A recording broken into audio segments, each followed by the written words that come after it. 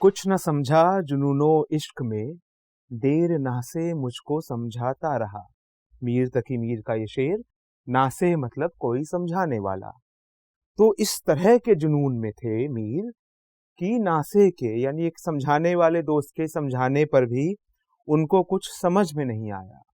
या फिर बिस्मिल अजीमाबादी का शेर कि सरफरोशी की तमन्ना अब हमारे दिल में है, देखना है जोर कितना बाजुए कातिल में है। ये शेर हमने अक्सर राम प्रसाद बिस्मिल के नाम से सुना है, बट शहीद राम प्रसाद बिस्मिल बिस्मिल अजीमाबादी के इस शेर को दोहराया करते थे। अक्सर लोग दोनों को कंफ्यूज कर जाते हैं। लेकिन आप ये सब नहीं सोच रहे होंगे, आप सोच रहे होंगे कि एडिटोरियल पर डिस्कशन के दौरान मीर तकी मीर और राम प्रसाद बिस्मिल और बिस्मिल अजीमाबादी की बात क्यों हो रही है, ये मुशायरे की महफिल तो है नहीं। दरअसल आज का जो संपादकीय है, इसमें संपादकीय लिखने वाले विद्वान कहते हैं कि भारत का जो स्टार्टअप कल्चर है, इसमें वही सरफरोशी की तमन्ना है, वही मीर का जुनून है, वही स्टार्टअप कल्चर का इनोवेशन है।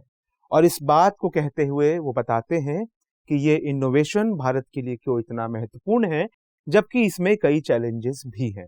ब्रॉड आउटलुक जान लेते हैं। मेरा नाम है नील। दृष्टि आईएएस के एडिटोरियल एनालिसिस में आज इंडियन एक्सप्रेस से लिया गया संपादकीय, जिसे मनीष सबरवाल और नीरज कक्कड़ साहब ने लिखा है, जो कि टीम लीज सर्विसेज और पेपर बोट जूस जिनके आते हैं उसके को फाउंडर हैं। संपादकीय किस बात पे है कि समाज को स्टार्टअप्स जो नए नए बिजनेस शुरू होते हैं, जिसमें इन्वेस्टर्स इन्वेस्ट करते हैं, बाद में वो स्टार्टअप एक एस्टैब्लिश्ड कंपनी में बदल जाते हैं, उन स्टार्टअप्स की समाज में क्या प्रासंगिकता है और कैसे वो समाज में इनोवेशन यानी नवाचार, प्रोडक्टिविटी यानी उत्पादकता और नौकरियों के निर्माण में भूमिका निभाते हैं। ब्रॉड आउटलुक जानते हैं। शुरुआत में संपादकीय कहता है कि स्टार्टअप्स का कल्चर पूरी दुनिया में है, रहा है, भारत में भी हाल के समय में आया है। स्टार्टअप्स को लेके 3 मुख्य हाइपोथेसिस माने जाते हैं। यानी कि क्या सारे स्टार्टअप्स सफल होते हैं? अगर सफल नहीं होते हैं तो क्या स्टार्टअप्स की जगह नहीं होनी चाहिए? स्टार्टअप्स के नुकसान और बिजनेस के नुकसान, आम बिजनेसेस के नुकसान में क्या अंतर होता है? और स्टार्टअप्स क्या सच में समाज के लिए महत्वपूर्ण हैं, और अगर हैं तो कैसे?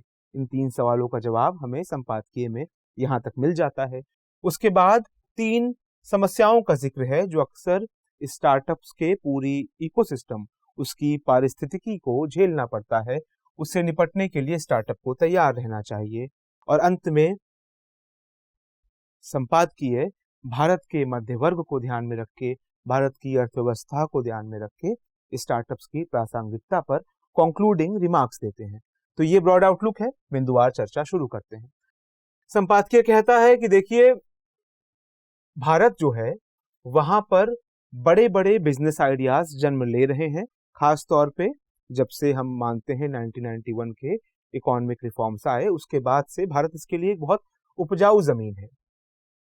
2021 में 77 बिलियन डॉलर्स की इन्वेस्टमेंट, इक्विटी इन्वेस्टमेंट भारत में आई, जिसमें से 42 बिलियन डॉलर उन वेंचर्स में गए या उन बिजनेसेस में गए जो बिल्कुल अपने शुरुआती चरण में है।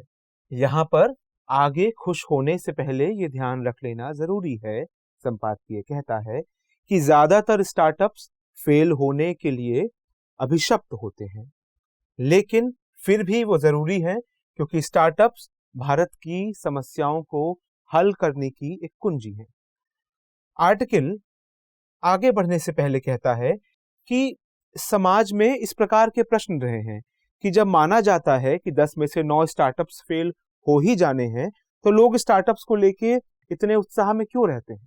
क्योंकि अक्सर इन्वेस्टर 10 स्टार्टअप्स में इन्वेस्ट करते हैं तो उनको मालूम होता है कि 9 फेल हो जाएंगे, लेकिन 10वां जो सफल होगा वो ना सिर्फ 9 के नुकसान की भरपाई करेगा, बल्कि बहुत अधिक प्रॉफिट देगा। और बात केवल प्रॉफिट की नहीं है, बात इस बात की भी है कि समाज को केवल कुछ सफलताएं चाहिए होती हैं, जिन सफलताओं से नवाचार, उत्पादकता और नौकरियों की भरमार लग जाती है। समाज ने, दुनिया के इतिहास ने ऐसे कई उदाहरण देखे हैं, चाहे अमेरिका की सिलिकॉन वैली रही हो या भारत का बेंगलुरु। इसके जो फायदे हैं वो केवल कुछ लोगों तक महदूद या सीमित नहीं रहे, उनका फलक विस्तृत रहा है, उनका होराइजन बहुत वास्ट रहा है। तो 3 हाइपोथेसिस क्या है स्टार्टअप्स के बारे में जिनको मान्यता प्राप्त है और जिनकी वजह से संपादकीय स्टार्टअप्स पर इतना जोर दे रहे हैं। क्या है कि पहली बात तो ज्यादातर स्टार्टअप्स माने जाते हैं कि फेल होंगे। इसके बारे में हमने बात भी की कि इस विषय में महत्वपूर्ण बात यह है कि हर स्टार्टअप जो फेल होता है इससे नुकसान तो होता है, लेकिन हर वो अर्थव्यवस्था जो ऐसे फेलियर्स को एक बीमारी मान लेती है, वो कभी अपने इकोसिस्टम में, अपनी पारिस्थितिकी में नवाचारों को नहीं देख पाएगी, बड़े बड़े बिजनेसेस को खड़ा होते हुए नहीं देख पाएगी। यानी समाजों को इस बात के लिए तैयार रहना चाहिए कि जब बहुत सारे आइडियाज आ रहे हैं तो उनमें से अधिकतर फेल होंगे, लेकिन ये बहुत जरूरी है कि बहुत सारे स्टार्टअप्स आएं, बहुत सारे उसमें से फेल हों, लेकिन कुछ जब बड़े होंगे तो अपने साथ वो बड़े विचारों को लेकर बड़े होंगे, उनके साथ पूरा देश बड़ा होगा। तो पहला हाइपोथेसिस साउंड भले ही नेगेटिव करे कि अधिकतर स्टार्टअप्स फेल होते हैं, लेकिन फिर भी इसमें बड़ी बात यह है कि जो कुछ भी सफल होते हैं वो पूरे देश को फिर बड़ा बनाते हैं। दूसरा बहुत महत्वपूर्ण बिंदु है, हमने एक सवाल पूछा था कि क्या अंतर है स्टार्टअप्स के फेलियर में और बिजनेसेस के फेलियर में। आखिर अर्थव्यवस्थाएं क्यों डरती हैं कि बाजार में कुछ कंपनियां फेल हो जाएंगी? गलत नहीं है उनका डरना। अर्थव्यवस्थाएं इसलिए डरती हैं क्योंकि जब भी बड़ी बड़ी कंपनियां फेल होती हैं, बड़े संस्थान, बैंक फेल होते हैं, तो उसका हर्जाना आमतौर पर समाज को, यानी कि सरकार को, और सरकार कहां से पैसा लेती है? समाज से ही, तो समाज को उठाना पड़ता है। लेकिन स्टार्टअप्स के केस में ऐसा हमेशा नहीं होता। कैसे? भारत में जो कॉर्पोरेट बैंक लोन है ये 2008 से 2014 के बीच 18 लाख करोड़ से 54 लाख करोड़ तक पहुंच गए, लगभग तिगुना हो गए ये कॉर्पोरेट लोन्स। यानी कि माना जाता है कि कुछ पूंजीवादी लोगों तक, कुछ पूंजीवादी परिवारों तक जिनके पास पूंजी पर पकड़ थी, उन तक ये सारा पैसा गया। लेकिन क्योंकि ये सारा पैसा डूब गया तो फिर सरकारों को, आरबीआई को और सरकारों को दूसरे बैंक्स को रिकैपिटलाइज करना पड़ा, यानी कि लोगों का कर बढ़ाकर या लोगों के कर में से एक हिस्सा इन बैंक्स को देना पड़ा, क्योंकि इन कंपनियों ने ये पैसा डुबो दिया था। तो जब भी ऐसा होता है तो कॉर्पोरेट सेक्टर की और एंटरप्रेन्योरशिप की जो उद्यमशीलता है उसकी साख में गिरावट आती है। इस वजह से लोगों को डर लगता है। लेकिन जहां तक बात है स्टार्टअप्स की, startups don't socialise their loss, यानी कि जो बात लिखी थी, यानी कि स्टार्टअप्स अपने फेल होने का भार जो है वो पूरे समाज पर या बैंकिंग व्यवस्था पर नहीं डालते हैं। स्टार्टअप्स में अमूमन जो पैसा लगा होता है वो कंसेंटिंग इंडिविजुअल्स, जो लोग तैयार हैं ये रिस्क लेने के लिए, जिनके पास इस तरह की अपार पूंजी है और जो कुछ संभावनाओं को देख रहे हैं, उनकी कल्पना कर पा रहे हैं, जिनके पास वो स्वप्न है, उन स्वप्न के लिए वो पैसा लगाते हैं। तो फिर उसका भार समाज पर नहीं आता अगर वो फेल हो रहे हैं, लेकिन वो सफल अगर होते हैं तो जैसा कि हमने डिस्कस किया उसका फायदा पूरे समाज को मिलता है। तीसरा हाइपोथेसिस कि स्टार्टअप्स भारत की असल समस्याओं को हल करने के लिए कुंजी हैं, बहुत सहायक होंगे। संपादकीय कहता है कि भारत इसलिए गरीब नहीं है कि यहाँ जमीन, लेबर या कैपिटल, 4 फैक्टर ऑफ प्रोडक्शन माने जाते हैं, जमीन, लेबर, कैपिटल और एंटरप्रेन्योर। 4 लेबर में से ऐसा नहीं है कि 4 फैक्टर ऑफ प्रोडक्शन में से ऐसा नहीं है कि भारत के पास किसी की कमी है। समस्या ये है कि इन तीनों को जोड़कर जो प्रोडक्टिविटी, जो उत्पादकता आती है, भारत उसमें बहुत उच्च स्तर हासिल नहीं कर पा रहा है।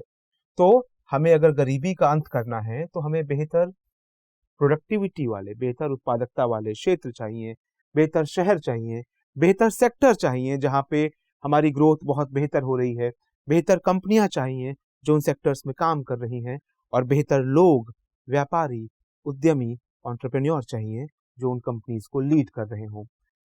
क्योंकि एक आधुनिक राज्य जो है वो एक वेलफेयर स्टेट है, वो एक वेलफेयर स्टेट है क्योंकि वो कॉमर्शियली कम एक्टिव होता है, वो व्यापार में कम एक्टिव होता है, ताकि वो सोशली ज्यादा एक्टिव हो सके, सामाजिक सुविधाओं पर, स्वास्थ्य सुविधाएं, एजुकेशन की सुविधाएं, सामाजिक सुरक्षा की दूसरी सुविधाएं, उन पर ध्यान दे सके। तो इसके लिए राज्य को क्या चाहिए?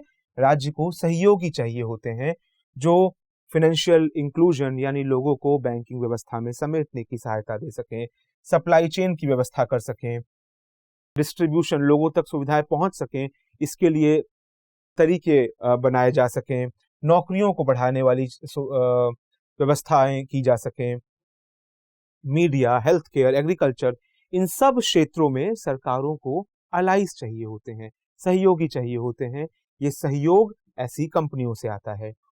तो स्टार्टअप्स जो हैं, संपादकीय ऐसा उम्मीद जताता है कि ऐसा नहीं है कि वो उन समस्याओं को पूरी तरह हल कर देंगे या सारी की सारी समस्याओं को हल कर देंगे, लेकिन समस्याओं के एक बहुत बड़े हिस्से को ये स्टार्टअप्स हल कर देंगे। अगर हम फाइनेंशियल इंक्लूजन की बात कर रहे हैं, वित्तीय समावेशन की बात कर रहे हैं, तो हम देख सकते हैं कि जो तमाम इंटरनेट आधारित व्यवस्था शुरू की गई, उसका फायदा आम जनमानस में किस तरह से पहुंचा है, और इसमें इसकी आलोचना हो सकती है कि इसकी पहुंच सब तक है या नहीं है, लेकिन फिर भी इसके फायदे भी तो हैं जो समाज के अलग अलग वर्गों तक पहुंच रहे हैं, और जिसको पहुंचाने में प्राइवेट सेक्टर ने, स्टार्टअप्स ने, जिन कंपनियों के नाम आज हम इस्तेमाल बहुत आमतौर पे करते हैं, पेटीएम, भारत पे, फोन पे, इन कंपनियों ने एक महती भूमिका निभाई है। तो इसलिए स्टार्टअप्स भारत की समस्याओं को हल करने के लिए बहुत महत्वपूर्ण साबित होंगे। लेकिन 3 इशू भी हैं जिनको ध्यान रखना होगा। स्टार्टअप्स का जो पूरा कल्चर है, उसके सामने बड़े बड़े चैलेंजेस भी हैं। स्टार्टअप्स क्योंकि प्राइवेट फंडिंग पे डिपेंडेंट रहते हैं, इसलिए जब भी दुनिया के सबसे बड़े वित्तीय केंद्रों में कुछ बदलाव आते हैं, जैसे कि अमेरिका अपनी वित्तीय नीतियों को जब बदलता है, वहां पर बॉन्ड यानी सरकारी जो विभूतियां हैं, प्रतिभूतियां हैं, उन्हीं पर अधिक इंटरेस्ट मिलने लगता है, तो लोग भारत के मार्केट में आके, वहां के अमीर लोग या कहीं और के भी अमीर लोग भारत में आके इन्वेस्ट नहीं करना चाहते, क्योंकि स्टार्टअप्स रिस्की हैं। वो रिस्क तब लेते हैं जब कहीं और बेहतर फायदा नहीं मिल रहा। अब वहां पे जब बेहतर फायदा मिलने लगता है, जैसे वहां पर हाल ही में 0.4% से बढ़ाकर बॉन्ड यील्ड लगभग 1.6% हो गई। आप कहेंगे बहुत छोटा ब्याज है, लेकिन जब अरबों का इन्वेस्टमेंट होता है तो ये ब्याज बड़ा लगने लगता है। तो ये ब्याज जब मिलने लगा और इंश्योर्ड ब्याज है, तय तौर पर मिलेगा, तो फिर स्टार्टअप्स की फंडिंग सूखने लगती है। तो फंडिंग एक चैलेंज है जो कि हमेशा स्टार्टअप्स को देखना पड़ेगा, याद रखना पड़ेगा कि परिस्थितियां कभी भी बदल सकती हैं। ये एक चैलेंज है जो हमेशा रहेगा। दूसरा चैलेंज क्या है कि कई स्टार्टअप्स ऐसे झूठे वादे कर देते हैं, कई प्रकार से झूठ बोलते हैं, स्कैम कर लेते हैं, तो उसका नुकसान भी पूरी पारिस्थितिकी को होता है। एलिजाबेथ हेल्म्स की एक ब्लड टेस्टिंग कंपनी थी, थेरानोस, उसका उदाहरण दिया गया है। उदाहरण हमारे लिए बहुत महत्वपूर्ण नहीं है, लेकिन बस छोटी सी बात यह है कि बहुत वायदे किए गए थे कि ये ऐसा एक ऐप और मशीन बना रहे हैं जिसमें छोटा सा एक ब्लड टेस्ट बहुत सारी चीजों के बारे में जानकारी दे देगा। बहुत समय बाद, जबकि $700 मिलियन से ज्यादा का इन्वेस्टमेंट ये कंपनी उठा चुकी थी, तब पता चला कि ये सब कुछ एक झूठ था, एक बड़ा सफेद झूठ था। तो ये भी एक चैलेंज होता है ऐसी कंपनियों के सामने, स्टार्टअप्स के सामने, कि वो भरोसा मार्केट का बना के रखें, लोगों का बना के रखें। और तीसरी बात कि जो प्राइवेट इन्वेस्टर्स हैं वो कंपनियों को अलग तरीके से देखते हैं, लेकिन जो असल बाजार है, यानी एक तो हो गए निजी इन्वेस्टर्स जिनको एंजल इन्वेस्टर्स भी कहा जाता है, जो किसी कंपनी के शुरुआती चरण में ही उसमें इन्वेस्ट करते हैं, लेकिन जो आम बाजार है, जिसको हम शेयर बाजार उदाहरण के तौर पर कह सकते हैं, वहां पर मार्केट अलग तरीके से कंपनी को देखता है। वो देखता है कि कंपनी सच में रेवेन्यू जनरेट कर रही है या नहीं, या वो कस्टमर से जितनी सर्विस कस्टमर को दे रही है उससे अधिक कस्टमर से ले पा रही है या नहीं। इन्वेस्टर तो भविष्य को देख रहा है कि 50 साल बाद कंपनी की मोनोपोली हो जाएगी, एक अधिकार हो जाएगा इस क्षेत्र पे, बहुत प्रॉफिट आएगा। मार्केट देखता है कि अभी के समय कंपनी के पास साल के अंत में अपने पैसे आएंगे या पैसे जलाएगी। और इसलिए हमने कई बार देखा कि बड़ी बड़ी कंपनियां जिनके जब आईपीओ आए, इनिशियल पब्लिक ऑफरिंग आई, यानी कि आम भाषा में उनके शेयर्स मार्केट में लिस्ट हुए, तो वो औंधे मुंह गिरे। तो ये भी स्टार्टअप्स के सामने हमेशा एक डर रहता है कि बाजार उनके जो परफॉर्मेंस है उसको अलग तरीके से देखेगा। तो स्टार्टअप्स को इसको लेकर भी सजग रहना चाहिए, शुरुआत से ही इन चीजों पर कार्य करना चाहिए। उसके बाद संपादकीय आगे बढ़ता है, अंत की ओर बढ़ते हुए कहता है कि फिर स्टार्टअप्स को किन चीजों का ध्यान रखना चाहिए। हमने पहले 3 चीजें जानी जिनके चलते स्टार्टअप जरूरी है या स्टार्टअप्स को लेकर जो मेन हाइपोथेसिस है। दूसरी चीजें हमने जानी कि स्टार्टअप्स के समय हमेशा क्या चुनौतियां रहेंगी। अब हम जान रहे हैं कि स्टार्टअप्स को करना क्या चाहिए। पहली बात, एक आम मुहावरा है कि आप अपनी बातें कहें काव्यात्मक कविता के तरीके से, लेकिन उन बातों को जब स्थापित करना हो, उसके आधार पर जब संस्था चलानी हो, तो वो गद्य में करें। पद्य में अपनी बातें रखें लेकिन काम गद्य में करें। मुहावरे का मोटा मोटा अर्थ ये होता है कि काम करते समय केवल स्वप्नों की बात नहीं हो सकती, आपको बही खातों को देखना पड़ता है। यानी कि स्टार्टअप्स अपने चरम पर तब पहुंचते हैं जब वो स्टार्टअप्स होना बंद हो जाते हैं, वो अपने आप में वेल एस्टेब्लिश्ड कंपनी बन जाते हैं।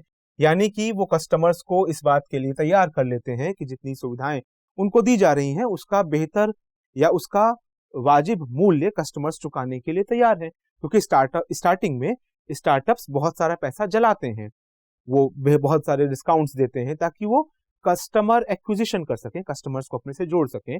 लेकिन बाद में स्टार्टअप्स के सामने चैलेंज होता है कि वो उन कस्टमर्स को इस बात के लिए तैयार कर सकें कि कल तक जो डिस्काउंटेड मूल्य था वो था, आज सर्विस के बदले में जो मूल्य उनसे कंपनी लेना चाह रही है वो वाजिब मूल्य है। अगर ऐसा हो जाता है वो भी बेहतर होता है। इसके अलावा बेहतर लीडरशिप को ले आना दूसरी बात, और तीसरा गवर्नेंस के बेहतर इंस्टीट्यूशंस संस्थाओं को एस्टेब्लिश करना कंपनी में। कुल मिला के 3 बातें हैं जो किन्हीं भी स्टार्टअप्स को ध्यान में रखनी चाहिए। और जो संस्था बनाने की बात है वो दशकों का कार्य होता है। जितनी बड़ी बड़ी कंपनियां आप देखेंगे वहां पर संस्थाओं का निर्माण और लोगों का चयन, जो उन संस्थाओं को चलाने के लिए बुलाए गए या अपनी कंपनी में ही ग्रूम किए गए, ये सबसे महत्वपूर्ण बात होती है कि कोई स्टार्टअप बेहतर चल पाएगा कि नहीं। उदाहरण दिया गया है कि हाल ही में टाटा कंपनी में एन चंद्रशेखरन को ग्रुप चेयरमैन के पद पर कुछ और एक्सटेंशन दिया गया। अब जो एन चंद्रशेखरन है वो टाटा खानदान से तो नहीं आते, लेकिन फिर भी इनकी काबिलियत को पहचाना गया, कंपनी में उनको नए नए रोल दिए गए और इस बड़े पद पर उनको रखा गया है ताकि वो कंपनी को गाइड कर सके। तो ये बताता है कि बड़ी कंपनियां इसलिए भी बनती हैं क्योंकि वहां वाजिब टैलेंट को पहचाना जाता है, उसको श्रेय दिया जाता है। तो हमेशा एक बेहतर पूर्वज किसी कंपनी में वही माना जाएगा जिसने कंपनी की स्थापना के समय, उसकी ग्रोथ के समय कड़े लेकिन सही डिसीजंस लिए और बेहतर टैलेंट को कंपनी या स्टार्टअप के साथ जोड़ के रखा। तो आखिर में संपादकीय कहता है कि हम जो मध्यवर्गीय माता पिता के बच्चे थे यानी जनरेशन थी, हमारा चैलेंज ये था कि हम अपने परिवारों को ये सहमत कर सकें इस बात से कि हम जो बिजनेस वर्ल्ड में करना चाहते हैं, अपनी कंपनियां खोलना चाहते हैं, ये ठीक ठाक कदम है। ये अपने आप में चैलेंज क्यों था? क्योंकि उनके माता पिता ने वो दौर देखा था जब इकोनॉमी में कोट एंड कोट लाइसेंस राज हुआ करता था। एक एक चीज के लिए तमाम तरह के कार्यालयों के चक्कर काटने पड़ते थे और ये सब कुछ कमर तोड़ देने वाला या बहुत मुश्किल होता था अगर आपकी पहुंच कहीं तक नहीं है। 1991 के रिफॉर्म्स की बाकी जो भी आलोचना हो, माना जाता है या संपादकीय ये कह रहा है कि उसने कई चीजों को आसान किया। वो लोग जो रिस्क लेने का मादा रखते थे उनके सामने अवसर कुछ आसान हो गए, राहें कुछ आसान खुल गई। अगर उनको बेहतर फंडिंग और बेहतर फिनेंस करने वाले लोग मिले तो उनके आइडियाज बहुत जल्दी परवान चढ़े। तो ऐसे में संपादकीय कहता है आज के समय में जो तमाम एंटरप्रेन्योर्स या तमाम उद्यमी लोग आगे बढ़ रहे हैं उनमें से कई लोग सफल होंगे, अधिकतर असफल हो जाएंगे, क्योंकि सब स्टार्टअप्स चलाने वालों के अंदर वही बात होती है जिसको मीर ने जुनून कहा था, जिसको बिस्मिल ने पंडित राम प्रसाद बिस्मिल, गलत लिखा है, बिस्मिल अजीमाबादी ने कहा था, बट फिर भी पंडित राम प्रसाद बिस्मिल ने सरफरोशी कहा था।